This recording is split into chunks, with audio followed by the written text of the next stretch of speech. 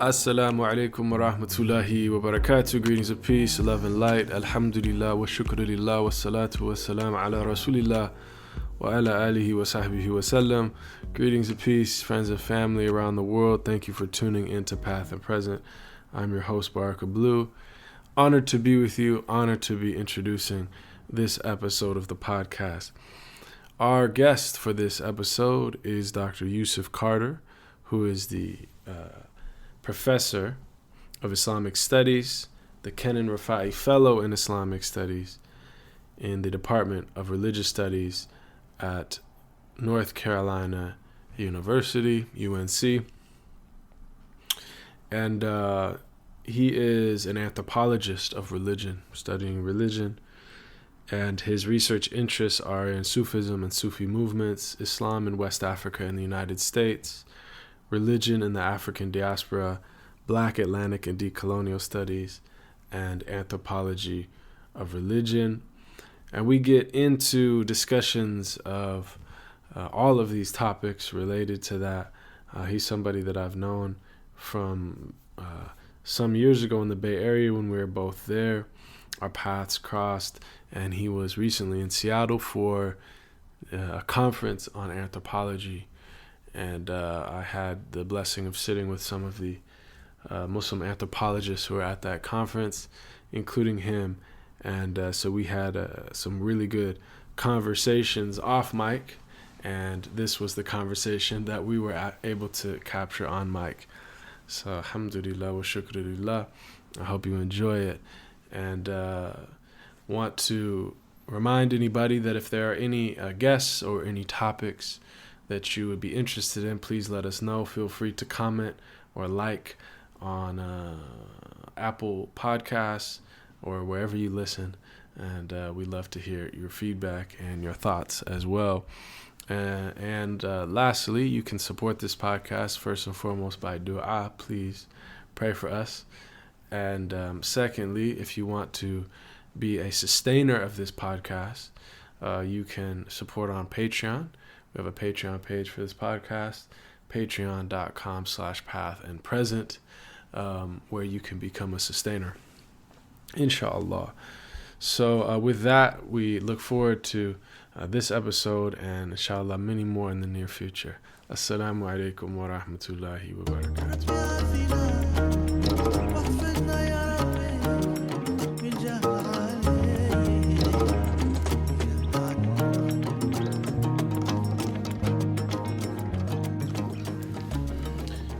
Yeah, I mean, so before we recorded, we were talking about Malcolm and Rumi.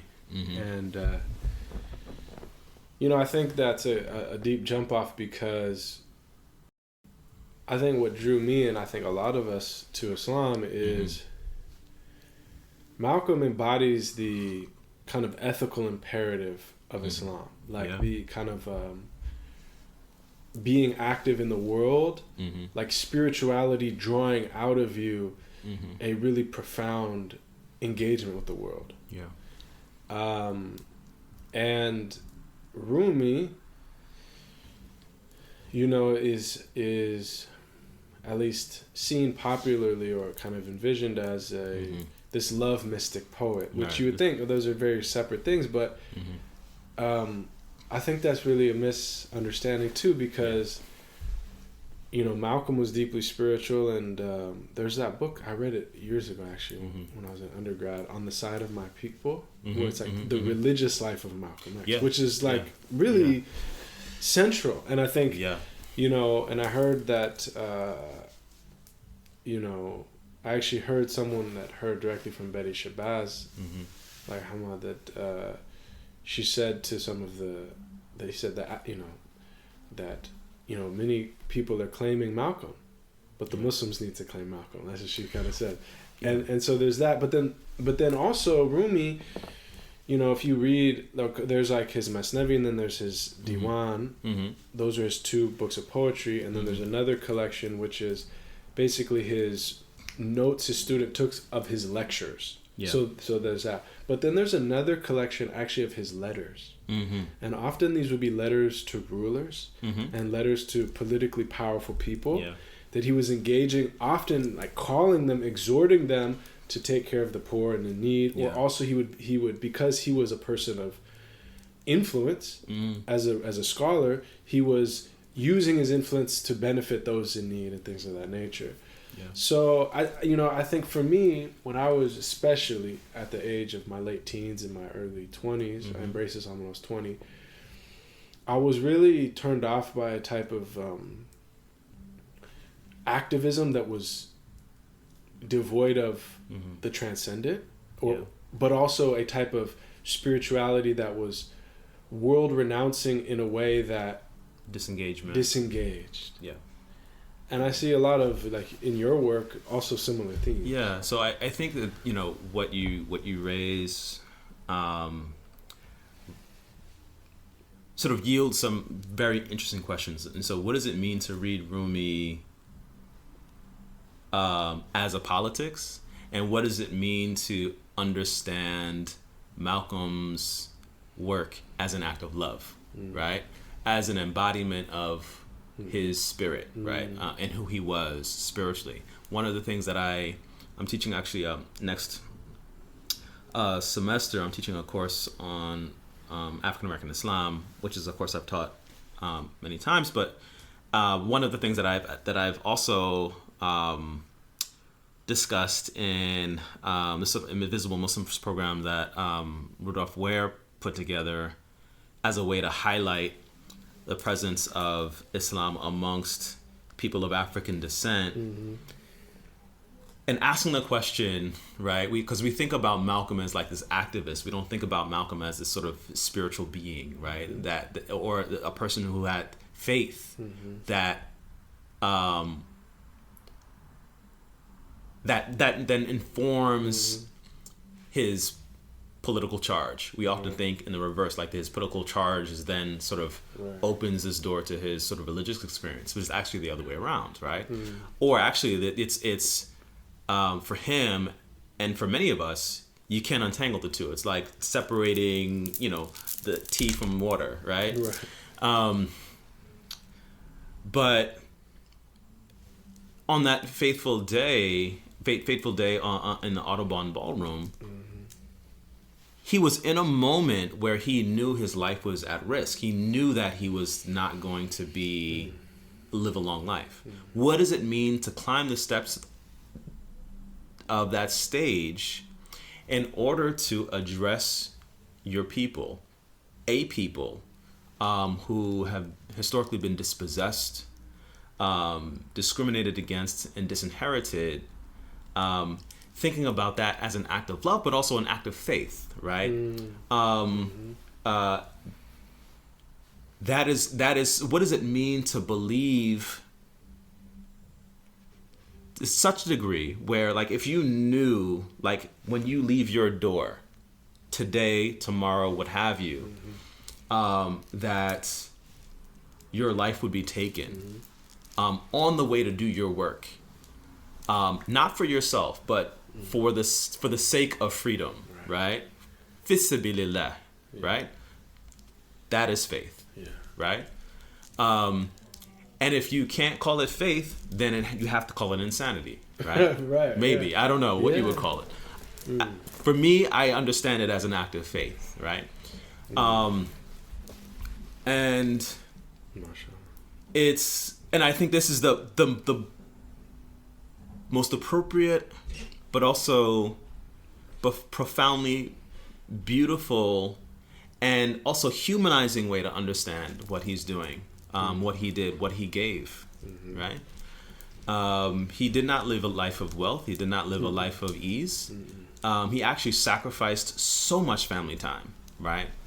In order to do the work, to be engaged in the practice of freedom, right? And so that's very much connected to my own work in tracing and mapping and trying to understand the founding of a community of Muslims in Moncks Corner, South Carolina, in the American South, that is situated half an hour from driving distance from Charleston. Excuse me. One of the more important ports of entry, significant ports of entry for enslaved Africans historically, Muslims included, and currently is situated on the mosque in Monk's Corner is currently situated on land that was formerly a slave plantation. And so one of the things that I'm sort of interrogating is this assumption of Sufism as apolitical, right? That is to say that there's an inherent politics in learning who Allah is. There's an inherent politics embedded within practicing love. There is an inherent politics in one's spiritual development. And this is what I think about when we read Rumi, when we read Malcolm, etc., and look at their lives and think about them as Muslim men in the worlds that they inhabited, and the concerns that they bring, and who are they writing to, and who are their audiences, and who are they writing on behalf of, who are they advocating for, who are they speaking to, what are their sort of priorities as they're writing, working, loving, sacrificing, praying, etc. Two things that don't happen, I think, in most people's minds when they think of Malcolm, for example. They don't think of, in spite of the fact that there's photographic evidence to this fact, they don't think about him smiling, right? They don't think about him praying, right? There are photographs of Malcolm praying. There are photographs of Malcolm smiling, right? But there's a sort of certain manner in which our ideations of Malcolm as this fierce, stoic figure, looking out the window with the shotty, with the AK-47, and not on his knees in the Cairo mosque, right? Exactly. Which really is the real weaponry, right? And so I think about the manner in which the work that I'm doing in terms of trying to sort of understand how tasawwuf, how this legacy of a kind of Sufi tradition that emerges out of Senegal takes root in the American South, and why it does so. I forgot to mention that the mosque in Monk's Corner is very much so informed by the spiritual fabric of the community is informed by a West African Sufi tradition called the Mustafawiya, a tariqa that was founded in 1966 by the late Sheikh Mohammed Mustafa Gai Haidar, and then was extended by his protege, Sheikh Haruna Fai, brought from Senegal to the American South and facilitated by an African American Muslim elder, sister Aisha, together when back in 1994, 1996 actually, they moved there to relocate from. Sheikh Harun at the time was living in Sierra Leone and leading a community there. They got married in 1992. 1994, they moved to South Carolina, where Aisha had a house in Monk's Corner. And in 1996, after a 2-year period of teaching and working in Charleston, they opened the Mosque of Monk's Corner. And so quite literally together, they birthed this Zawiya. And from its inception, this is a diasporic affair, right? And so, and I use that term birthing purposefully as a way to honor the fact that Aisha is a midwife, the first registered black nurse midwife in South Carolina. She studied at the Medical University of South Carolina. And so, yeah, I mean, she has a history of having been a part of the Nation of Islam, and her spiritual development, her religious journey took her to this sort of tradition of tasawwuf, as informed by and through a West African lens.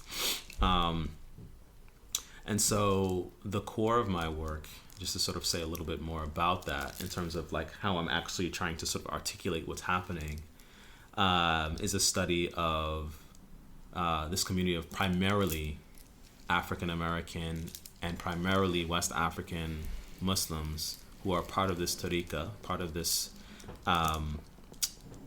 Sufi community that originates in Senegal, has, you know, members in Senegal, in Mauritania, in the Gambia, and other places throughout West Africa, Morocco as well. There's also a community of Mustafawiya in Cordoba, in Spain. Interesting. Huge community of Mustafawiya in Indonesia. My work primarily is looking at Senegal and South Carolina. And so the name of my book is, which is as a sort of advanced contract with UNC Press, is called The Vast Oceans. And the subtitle is Remembering God and Self on the Mustafawi Sufi Path. And so the not sure how much I should say because I want people to read the book, but mashallah. Bismillahirrahmanirrahim. The idea is that there is a vast ocean, right?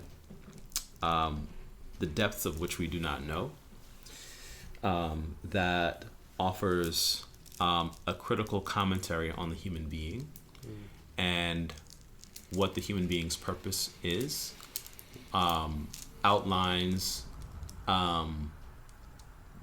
the ideal journey of the human being, and that ocean is tasawwuf in a West African context, right? That this ocean offers a manner of knowing that the academic world, various publics, religious communities have yet to fully tap into and fully invest in as a invaluable source of knowledge. That ocean, that vast ocean, in the context of the study that I'm engaged in, interacts with another ocean, the depths of which we do not know, with its histories of Black suffering, but also movement, triumph, memory, etc. That is the Atlantic Ocean. That these two oceans mingle their waters together, right? And by virtue of thinking about the tradition of tasawwuf as a decolonial theological intervention that has the capacity to interface with that difficult history, but also the ongoing everyday violence that people of African descent living in various locations around the Atlantic, whether in colonial and post-colonial Africa, West Africa in particular, or the American South, which are both part of this sort of global South space that we identify in sort of in academia, that together these oceans can impact and have a critically intervene on a third ocean, which is vast, that we don't know the depths of, and that is the heart. Right?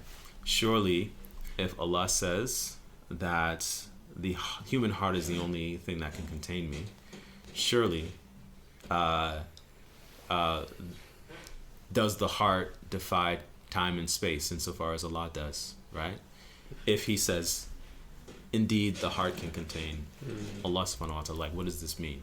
But anyway, we also think about the heart from a kind of epistemological view from this sort of tradition of tasawwuf as this sort of record, but also animator, but also critical core that determines the what a human being, the status of a human being, right? It's narrated that Prophet Muhammad sallallahu alaihi wasallam said that there's a piece of flesh in the body that if it is good, then all of the body is good, and if it is wretched or corrupt, then the whole of the body is corrupt, and that is the heart. Surely, and you know, various sort of Sufi literatures refer to the heart as the critical core that has to be addressed through various means and mechanisms, has to be cleansed, purified, cultivated, etc., in order to render the human being into a human being, right? In a sort of a kind of an ethically engaged, attuned, connected being, right? Person, right? That this human being is not only a sort of a description of this sort of material body or person, but also is a kind of like the verb tense, like a human being, right? As in being human or humane, right? This person who is inclined to taqwa, and is a person of ihsan, right? A person of beauteous deeds, right? A doer of good, a good doer, right? Do-gooder. But also a beauty doer, a beauty maker, exactly, right? Ihsan, exactly. A beautifier. Exactly. Right? In English, you know, as you know, it's like you lose that the fact that the word ihsan means both goodness and beauty. Yeah. That they're inextricably linked, right? Which is a profound, you know. And what can be more beautiful than a person who recognizes not only their own humanity, but the humanity in others, right? In contrast to the ugliness that is race and racialization, racial thought and racialization, right? And so one of the some of the questions that I think animate my work, which is really the result of having spent time in the community, learning from Sheikh Harun, traveling with Sheikh Harun,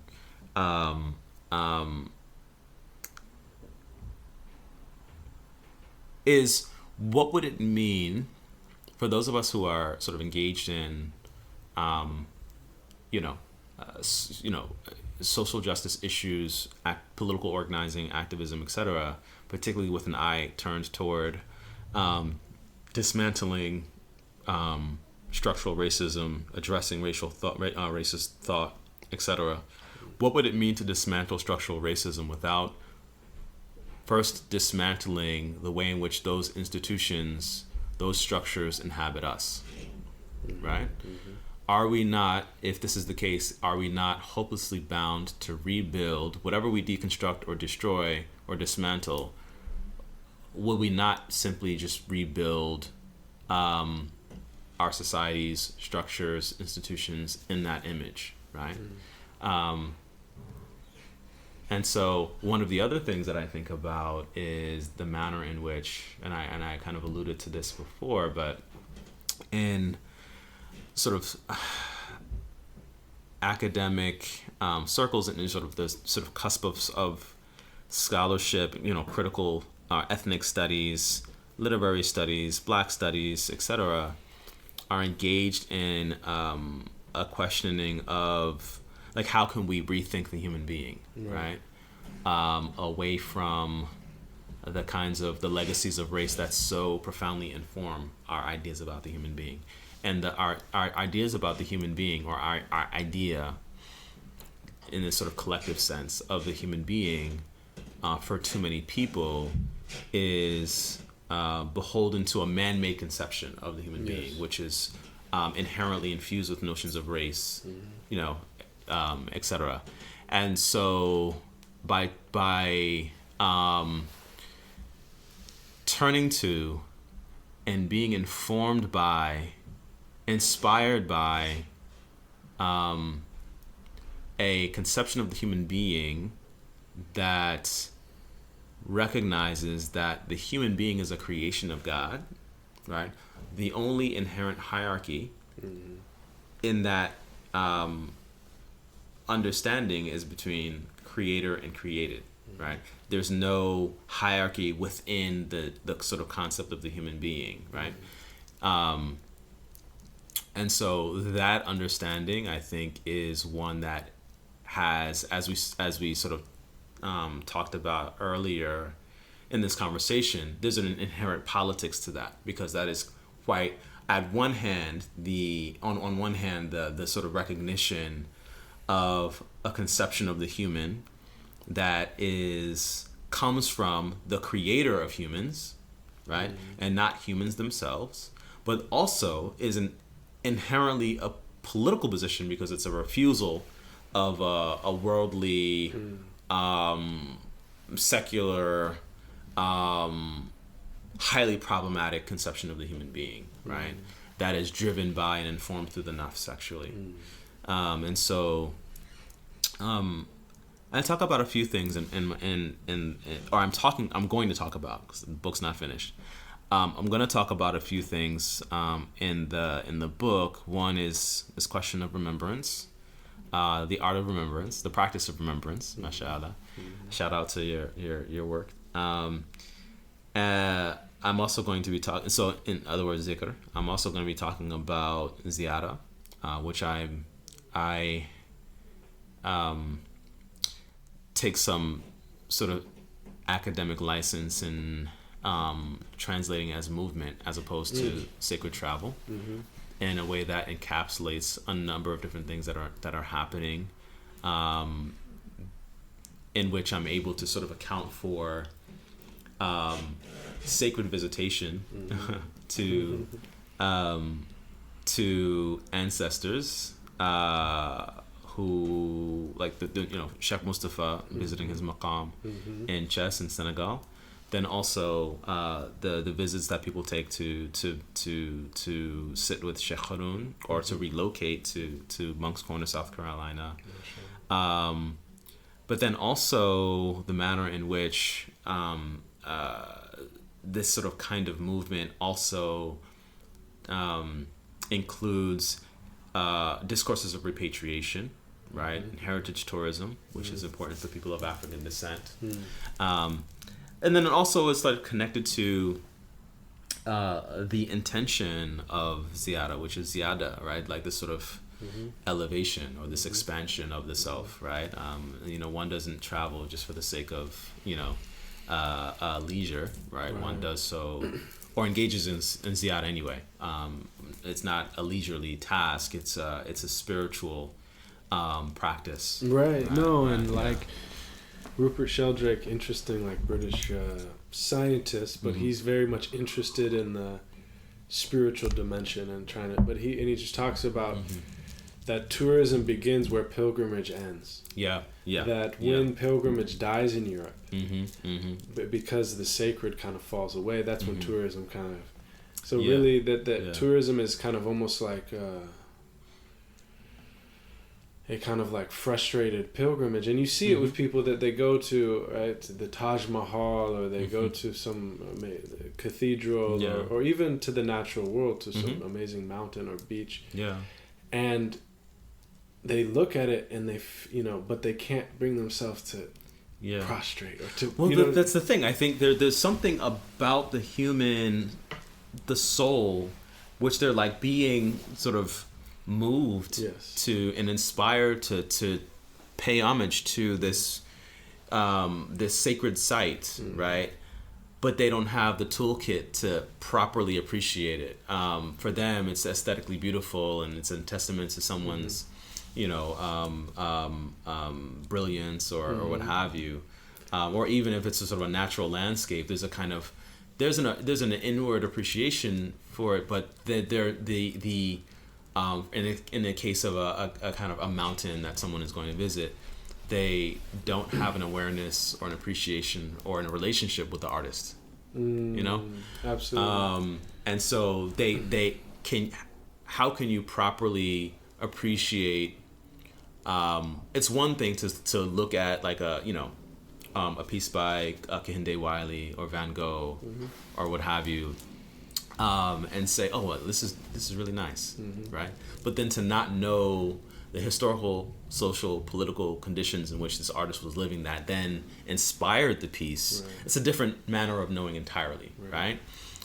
Likewise, if one doesn't have an appreciation for the creator, right? And not saying that we can sort of access all of the motivations and like that, but so for someone who's like seeing, witnessing and experiencing really a mountain, to see a mountain is an experience, right? Or even in the ocean, like one of the things that I think about is the oceans.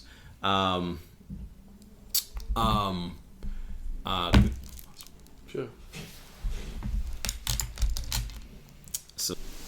So we were talking about ziara and travel. And So when we visit a mountain and we're experiencing a mountain or an ocean, we are. I think many of us who experience this sort of natural, this affect that gets created by our proximity to this sort of the magnitude of a mountain or the majesty of an ocean, we feel small, right? We recognize that the mountain is like this sort of powerful, majestic thing, or the ocean being this powerful, majestic thing. But then I sense that people don't really have the language to appreciate what that feeling really is, right? But we seek it out still. And I mean, it's deep. And all of it is there. I mean, think of like even a sunset, people seek it out. And, what is a sunset? It brings the verse, we will show them our signs on the horizons and within themselves. Because it's like you look at the horizon, you see the ayat manifest. Yeah. And when you talk about like the smallness, but there's a beautiful smallness, because of course, when we think in the usually as human beings, something makes us feel small. That's a negative thing. Like in the human domain, when someone like belittles you, but I heard somebody once say something about love is that thing which makes you feel small, but it's beautiful. Yeah. And then you think about the spiritual path. And the ego self, right? The goal is to make it smaller. It's about to kind of whittle it away, and that's but it's actually a beautiful, like, in the sense where you're embraced, you're encompassed. You're. But this is engulfed. related to the art of and the reality of surrender, right? To the reality that, that we do not control anything, that we do not have power, right? Which is a beautiful thing, a beautiful recognition. Yes. Because honestly, if everything's in my control, I should be would be anxiety inducing, right? Absolutely. You know what I'm saying? But to recognize that Allah is in control of it, a being that actually is wise and knows all, as opposed to my, me with all my shortcomings, that would not be good.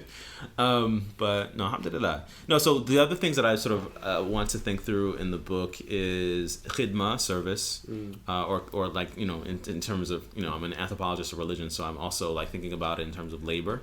And which is interesting to think with insofar as like, one of the field sites is, situated on a former slave plantation or land that was, a place where people were made to labor. African people were made to labor, forced to labor in service of, capitalist accumulation and hoarding of wealth.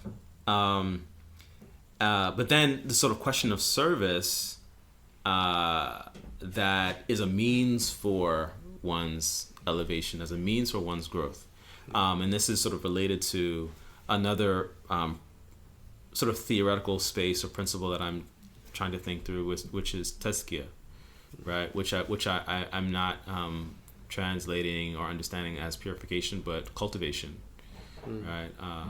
Which is related to this question of labor and about like harvesting and sowing, and has this sort of agricultural quality to it. So there's a kind of like license that I take, but then also shifa, healing, which is we talked about Surah 13 verse 28, unquestionably through zikr the hearts are assured. The manner in which zikr is a spiritual technology, a kind of a mechanism for healing, a mechanism for not just the rectification of the ego, but the rectification of that self that has been racialized, that has been on the receiving end of this sort of ongoing violence of profound critical difference and discrimination. And so we talked about a little bit about, or alluded to anyway, this sort of legacy of triumph and struggle and movement, right? The tariqa is a movement, right? That's essentially what it is. I mean, it's a journey, it's a pathway, but it's a religious movement, right? And all tariqas are. It's a sort of a corporation, a collection of people who are aimed or oriented toward God, right? And are relying upon a regular and consistent litany, a wird, and sort of set of prayers, etc. So, yeah, I mean, it's interesting. It's interesting. I mean, and really, this work that I'm doing, I just want to make clear, is not it's not an artifact of my brilliance. I know for a fact, because I don't claim to have brilliance, or to be brilliant, but it is a record of partly a record of the journey of the Muslims that I've become very close with, that I think of as friends, confidants, colleagues, family members, brothers, sisters. But then it's also a record of my own journey, right? So I what sort of animates my research agenda is Black religious empowerment, right? And that's sort of where I started out before I, in earlier works in which I've tried to sort of understand the historical legacy of movements like the Islamic Party in North America, which is a predominantly African American Muslim movement that was headquartered in Washington, D.C. and initiated in the very, very, very late 60s, early 70s. And sort of disbanded around about 1987. But the sort of driving force through which people understood what it meant to be a practicing Muslim was very much connected to engaging in what they called Islamic work, which is around the waging beauty, right? The doing of good, right? The establishment of not just salat, but also facilitating justice, right? And establishing justice, right? And their took their sort of religious ideology, or not religious ideology, but the political ideology of Malcolm, and enmeshed that with the sort of movement organizational models of groups like Jamaat-e-Islami in Pakistan, or Hizb ut-Tahrir, or Ikhwan-e-Muslimin, etc., and this sort of thinking of themselves as a sort of North American component of the sort of what would in their minds be the sort of global Islamic revolution. As a matter of fact, in the years leading up to the Iranian Revolution, they actually gave their prayer space to a group of Iranians who were protesting in Washington, D.C., to allow them just to have a place to rest and whatnot. And so they were very much politically engaged. And so, that sort of set me on a pathway to sort of thinking about and being concerned around the question of, Black Muslim, not just Black Muslim heritage, but Black Muslim political engagement. And then now I've come to think about and interrogate questions of the political differently, right? And less about like this sort of arena of protests, less about like marching and sign making and things like this, but what are the subtleties of a kind of a politics that is not so easily recognizable, right? As quote unquote political. And so what is being cultivated in the hearts of people who are wanting to and desiring deeper relationships with Allah subhanahu wa ta'ala. Yeah, I like that. And I like, what you're getting at too is that there's, there was this encounter, and you see it and happen all over the Muslim world between, when like the European colonial enterprise kind of like spreads out. Yes, there was, political and military loss that happened on the Muslim side. But,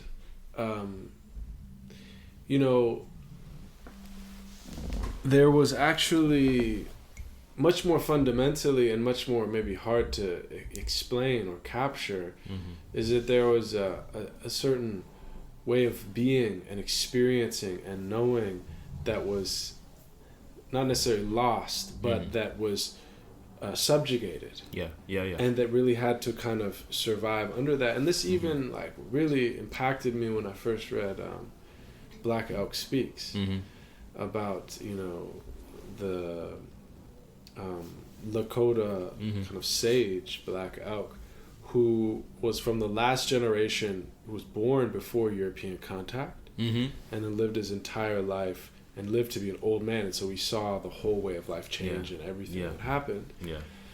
And he, before even when he was a young child, he had visions of what was going to come. Like he knew, and he had all these experiences.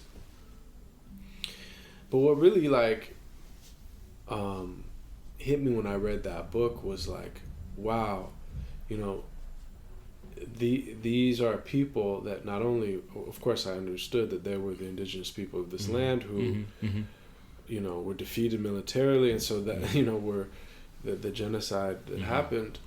But what really was deep is that he was articulating a different way of experiencing existence, the unseen, time, the signs of nature, their relationship to ultimate reality, the planes of being that he was experiencing, and that we, as 21st century Americans, born in the late 20th century, were heirs to a worldview that, destroyed that one. And that reading that was really, and so I think that's really one of the things that's so powerful about being steeped or being immersed in the living tradition of Sufism, of Tasawwuf in particular, because it is living. I mean, there's all these texts, but there's all these living texts as well, you know? And so it's, I think that's one of the most powerful things is that you're actually, and you see these masters and they're really inviting people into a different experience of themselves, of existence. And, you know, I think, you know, that is tied, you know, you mentioned that this, like, the spiritual is the political and all these things, because, and the last thing that I was thinking when you were speaking, is that, you know, the Quran really is a very otherworldly book. In essence, it's like a death meditation, and it's the whole thrust of it is like, this is an illusion. Like, this realm has a reality, but it has an unreality, and it's perishing very quickly. It's a guide map for how you navigate this very short journey to where you're supposed to be going. And don't be deluded by it. And it's very much like, and this is like dhikr, the art of remembrance, the science of remembrance, because it's like, you have to, you know, everything has a polish, and the polish of hearts is dhikr. You have to, because it's like a spell. This world puts you into a spell. And then you're like, you know, the kind of paradigm, if this world is foremost for you and primary, and you deny the other world, or at least you kind of like, it's like far away for you, it's in the back of your mind, right? Then it's muffled and stifled. Then it's like you said, it's like there's al-hakim with takath, there's a need to like get things, and there's a, you know, mentality of, I need to collect things at any cost, because there's like a survival.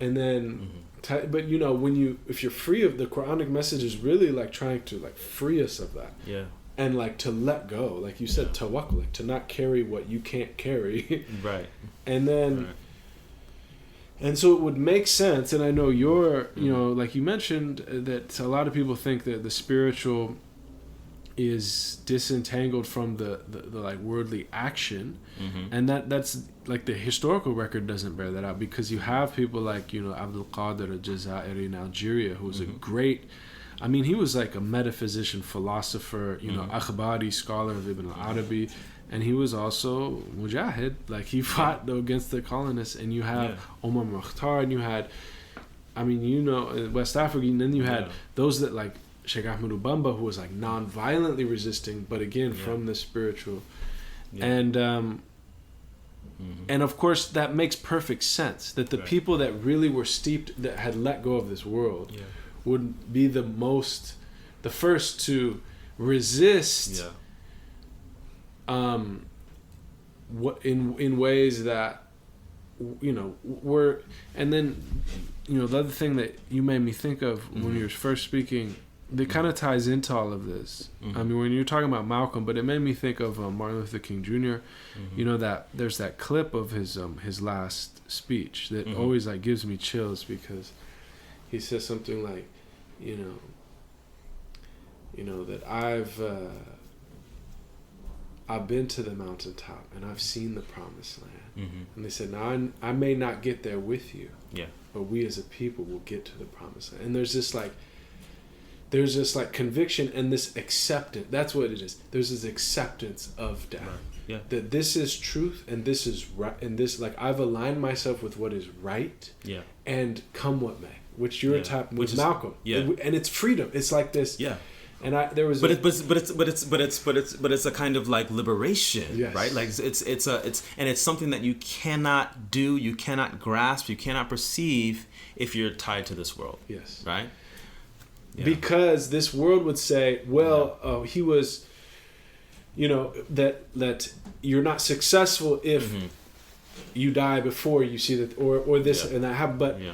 But you know, the prophetic hadith, like, you know, if the end of time comes and you're planting a sapling, a baby tree, keep planting. The sense that like you actually are liberated, the word you used, from outward results, because you know that that's Allah's affair. My affair is to align myself with what is true and what is beautiful and what is real, and whether it's successful, it will not be determined in the worldly sense. It will only be determined in the next world. And we know that the one, you know, that the generous one, al-Karim, will never reject a righteous deed, even the mustard seed of the sincere one. So it's...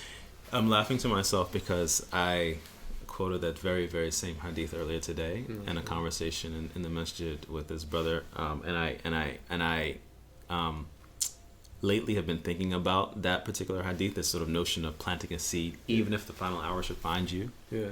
Continue planting, as a metaphor for thinking about what we build for successive generations, right? And essentially what we've sort of moved into is talking about knowledge, right? And so there's a sort of beautiful way that our brother Rudolph Ware writes about in his book, The Walking Quran, in which he says that knowledge of Islam does not abide in text, it lives in people. Right? It's about this sort of intersubjective, this interpersonal transmission of knowing, right? And that it's not, one can get information from books, but you don't get knowledge from books, right? You can't learn how to properly understand this material existence and what lies beyond it from a book, right? That is an inheritance. That's something that you get from the inheritance, the inheritors of the prophetic tradition, of the prophets, of the knowers, right? Of the seers, of the visionaries. There's this beautiful story about Sheikh Ahmed Dubamba, may Allah be pleased with him, in which he is being exiled away from his home in Senegal to Gabon because the French colonial regime was fearful that his charisma would somehow inform a kind of a revolution, and it did. They were right. It wasn't an armed one like they thought, and so in spite of his oath to nonviolence, they determined that he would be exiled away, and he accepted this because he knew that his endurance of this tribulation, this trial, would be the means of his elevation, spiritually speaking, as well as in terms of like his legacy. But his desire was to be known as servant of the messenger, Qadam al-Rasul. And so anyway, there's a story about like on this process of him being exiled away by an Atlantic route and the boat ride. That there was a moment when he needed to pray, and so he told his captors that he needed to pray. Not now, but right now, I have to pray. And they disallowed him from praying on the boat. And so the story goes that he made his ablutions, and he took his prayer mat and he threw it over the side of the boat. And then he proceeded to jump over the side of the boat, lands on his prayer mat, and makes his salah. And so the miracle is not that he's on the water. The miracle, in my thinking, is that he betrays physical law itself in order to embody and display the proper worship of God, while at the same time, and this is what I'm talking about in terms of like tasawwuf being of spirituality in hearing the political, right? So this is an example of how La ilaha illallah in the context of the colonial encounter being anti-colonial speech, because it is directly a testification that the French would not and could not ever be God. They do not determine when he prays. They do not determine whether or not he worships. Allah determines that. Allah told him to pray. He is going to pray on their boat or not on it, right? And so the very ocean, the Atlantic Ocean, right? Allah told that water to hold him up so that he could pray to his Lord, right? While at the same time, the French are looking over the boat, witnessing their own powerlessness. Subhanallah. I always think about that story, and this is actually that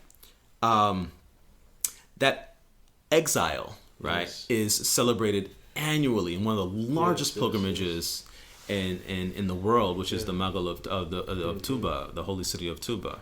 May everyone who participates in that be forgiven and given the mercy of Allah subhanahu wa ta'ala, and let that be a means of their elevation, and let us participate and witness in that, and be a part of that, inshallah. So at some point, and so that's and this takes me back to my own research context, in which Sheikh Muhammad Mustafa is writing his own spiritual poetry in the context of colonial and post-colonial Senegal.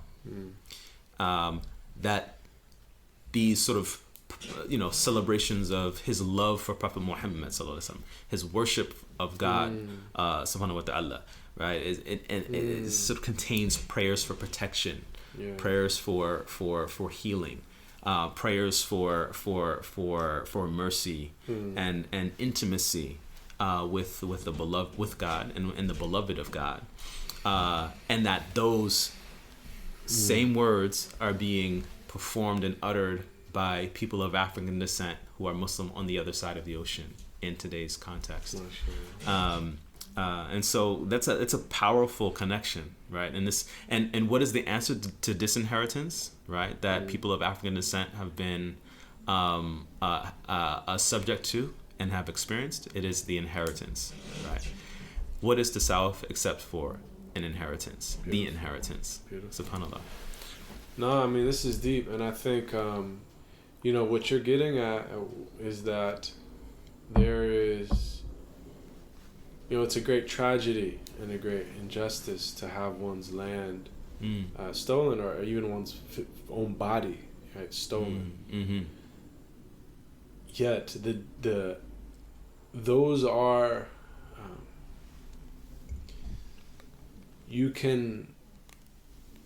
those are things that can be remedied. You can get those back. Yeah. But once one loses one's way of seeing and being, and begins to see through the eyes of another, especially the one who's colonized you,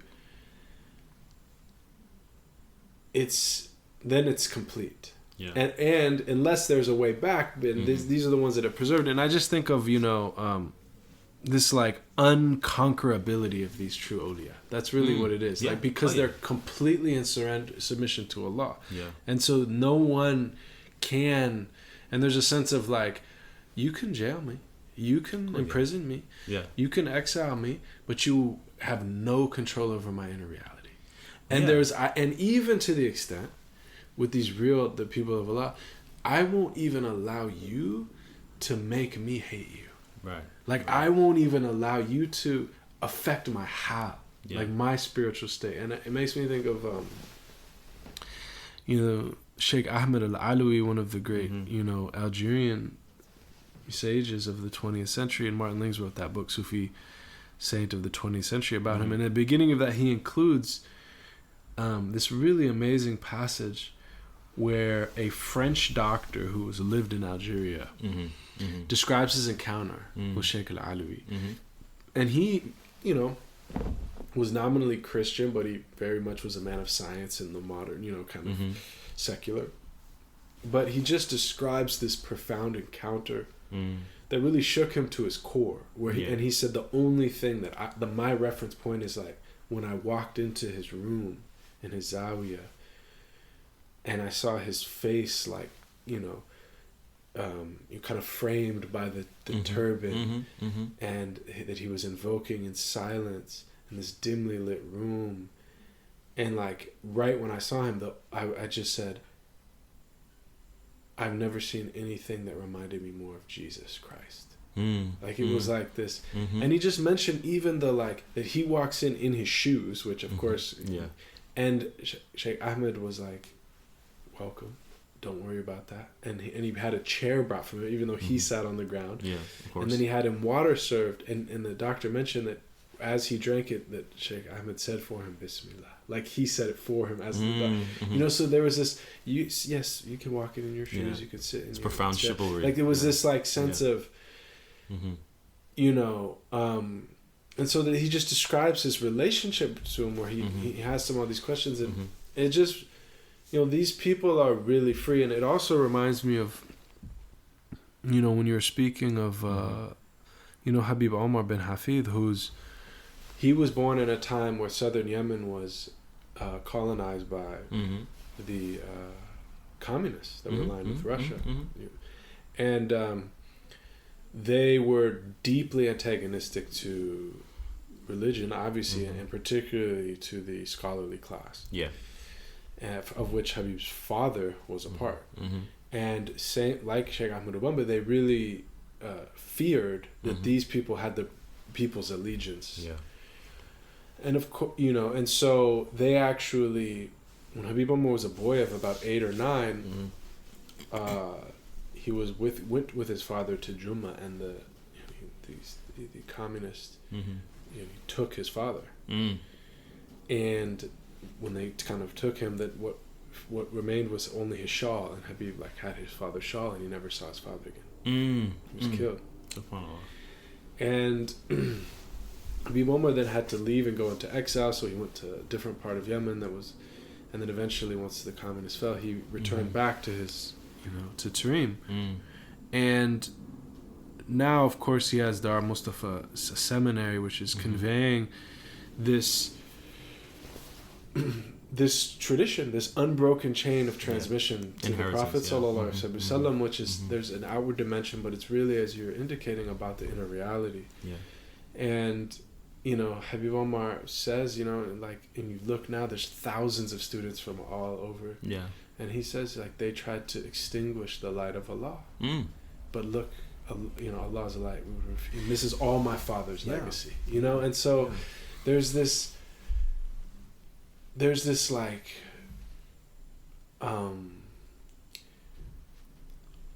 it's actually like a true royalty. We think it might be these worldly power people have that's a caricature of these people. They were the true the fuqara are the wealthy, the sultans, they are the slaves. Dust on the path of the Prophet, we raise our hands and we pray. These are the true free men and women. What does it mean? So wealth, what does it mean to understand what actual wealth is against and apart from a kind of capitalist understanding of wealth, right? Or a kind of material understanding of wealth, right? Wealth means not needing. Yes. Poverty means to need, right? And so what does it mean to have all of this, resources and, vast wealth, and still have a desire, but not just a desire, but a kind of a deep-seated need to have more, right? That person is impoverished, right? Something which you said about this sort of thinking about imprisonment and a freedom in spite of imprisonment, right? It reminds me of this of Steve Biko, who was a South African activist and an anthropologist, actually, I believe. And he's narrated as having said that the most potent weapon of the colonizer lies in the minds of the oppressed. And this sort of question of internality, this question of the sort of internalized oppression that Martinican psychoanalyst Francois Fanon wrote so much about. Is very much sort of connected to this tradition of what does it mean to engage in freedom seeking, and what does it mean to engage in the sort of established in the conditions to address unfreedom, right? And what is being, I think, experienced in this moment this is an interesting book by Ronaldo Walcott called The Long Emancipation, in which he pushes us to think about emancipation, i.e. the sort of this moment when slavery ends, particularly in a North American context, but sort of a broader Atlantic sort of historical moment where the so-called West is somehow no longer reliant on, not freeing, but no longer reliant on the on slave labor, right? That this does not mark this period of freedom, but rather emancipation, a prolonged period of emancipation up until the present, that is about a kind of juridical articulation of non-enslavement, but cannot be defined as freedom, right? Insofar as this sort of denial of human rights, a denial of the humanity of people of color, Black, Indigenous, and otherwise. That's sort of, I think, a succinct way of talking about the lived experience of oppressed people, right? And the, I think, and so the tradition that we are talking about, and I want to just comment really quickly and go back to us sort of, together sort of narrating this hadith about the planting of the tree in the final hour. I think that is, I don't believe in coincidence, and I don't think many of us do, but I think the fact that both of us are immersed in traditions that are designed, or tradition, right, through different lenses that are designed to cultivate a sense of knowing, an attunement to the reality of things. I find it very interesting that we both think about this particular narration out of the thousands and thousands of narrations of hadith of Prophet Muhammad sallallahu alaihi wasallam. Not that I know thousands, but I think it's just interesting how we both came to that one that I think is an example, or rather exemplifies that inheritance, right? That chain of transmission, that is not necessarily about particular litanies or prayers, but rather is the essence that animates a longing for connection. Yeah, I mean, I think that's very, very, very interesting, and I think that's is a kind of example of how that shows up in interesting ways. But then the other thing I think I wanted to discuss really quickly was, or turn our attention to, is this sort of book we spoke about earlier by Martin Wen called Modern Muslim Theology, that I am definitely a fan of. Hold on, let me see if I can pull up. I think I have a quote on my phone, if I can pull it up really quickly. Yeah, I don't know if it's gonna let me. So. Well, why are you looking for it? Yeah. No, I mean, I think.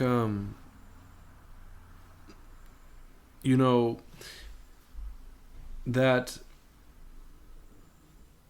also what we're talking about too, and I think what is harder to get at is that, and we talk about a morality and ethics, and we talk about as opposed to just a formality and outward practice, which has its place and its importance, is connected to the inward also. But there's something about the modern world which is so focused on the external first of all, and then also it's easier to preserve the outer actions and inner realities. Right.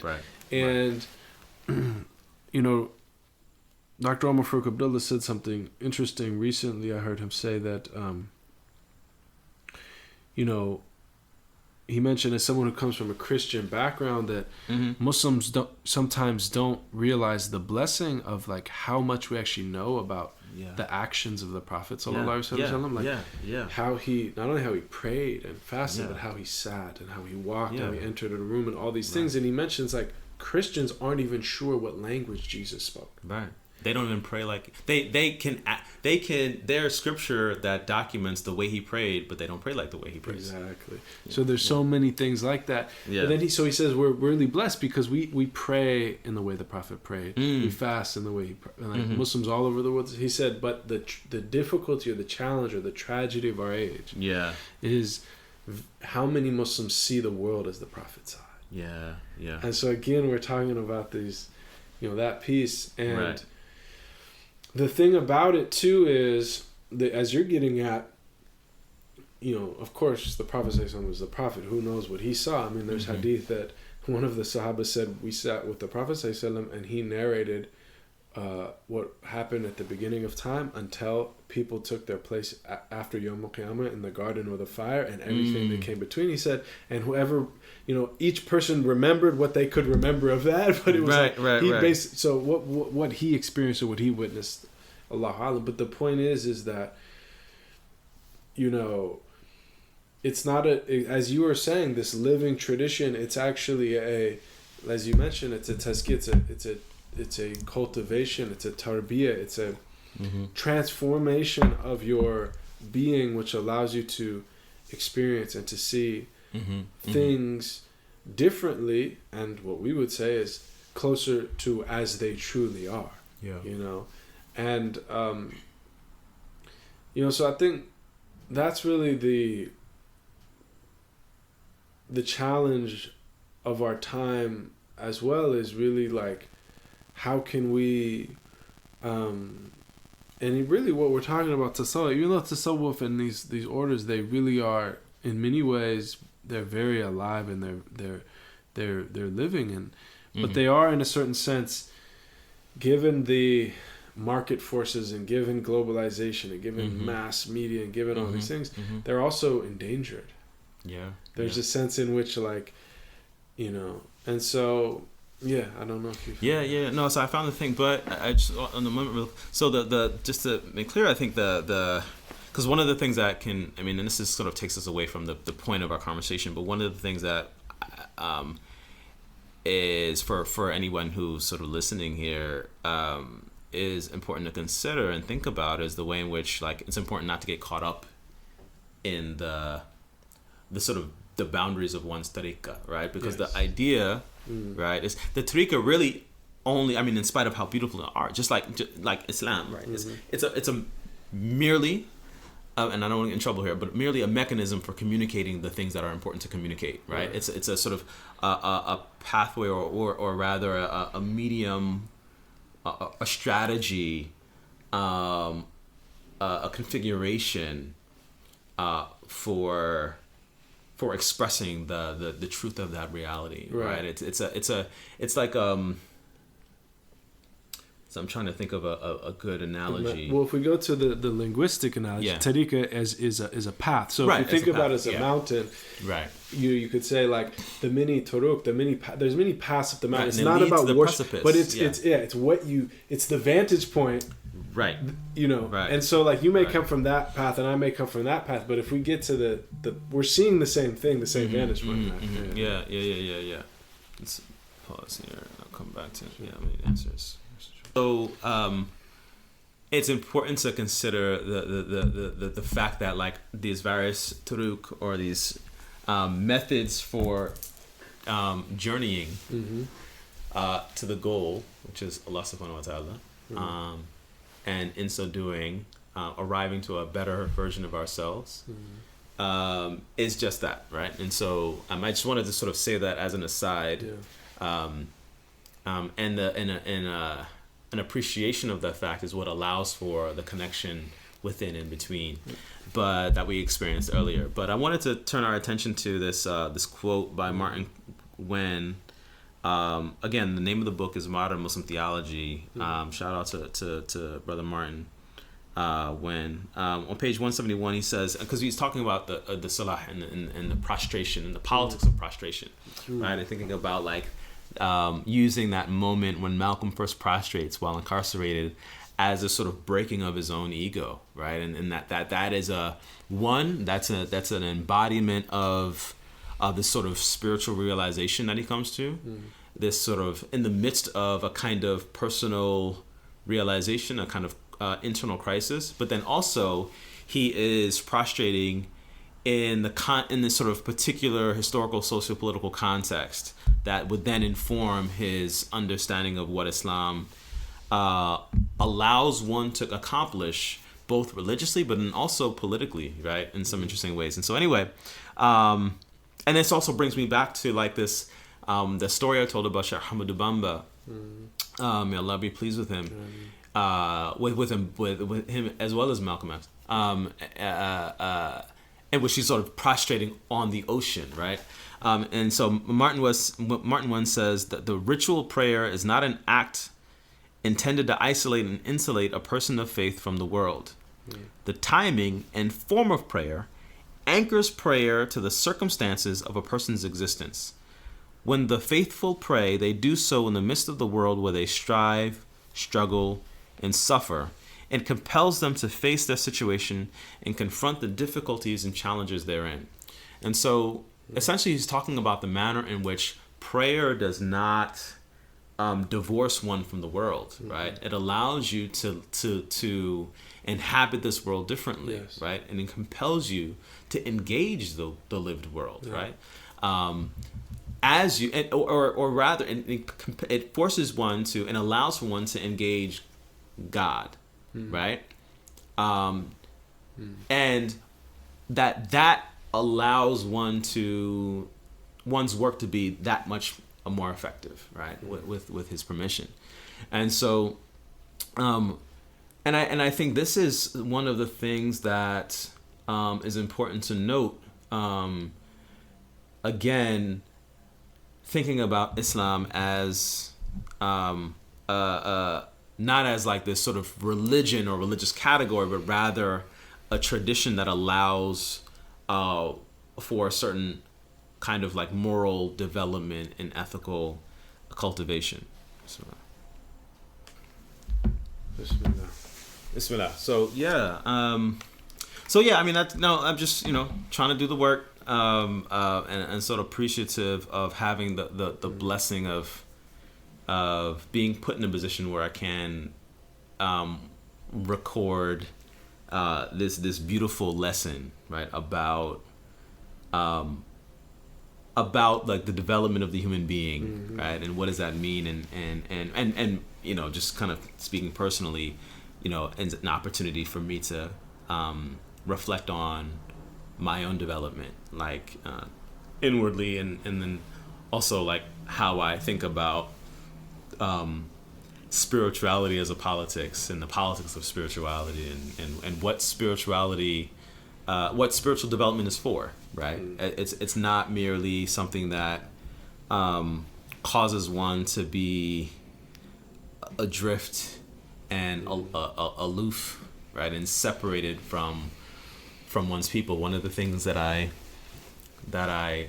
often say to others when I'm having conversations like these is that Allah put us in our bodies at a particular time, at a particular place for a reason, and Allah does not play games, right? Allah plans, and He's the best of planners. And so there is no coincidence that I wear the skin that I do. There is no coincidence that I live where I live. There's no coincidence that I have access to what I have access to. There's no coincidence that I've been given the particular faculties that I've been given. There is no coincidence that I have the limitations that I have. And there is no coincidence that I have that I think is the largest blessing of all of those is that I want God in my heart, and so just like being able to like perceive that and think of that and appreciate that, I think is a special thing, and I'm thankful for that. MashaAllah. No, absolutely, and I think that's a blessing, and you're in the academy, and we're in a place and time more generally where this, you mentioned the shifa, this medicine is needed. Like this is what, we're in a time of like we were talking about earlier before, at lunch, that Western civilization is really in an identity crisis. Yeah. And who are we? What are we? Where are we going? Mm-hmm. And I think that this beautiful way, this beautiful path, this beautiful deen is carries a remedy on an individual level, as like so many of us have tasted, but also on a communal level and on a societal level and on a political level, as you mentioned. And I think this it's a great, you mentioned khidma, it's a great service to humankind to present, to practice, to articulate and communicate this living way, that we're so blessed to be inheritors of, even despite our shortcomings. And mashallah, we look forward to your book and to all your output and your scholarship and your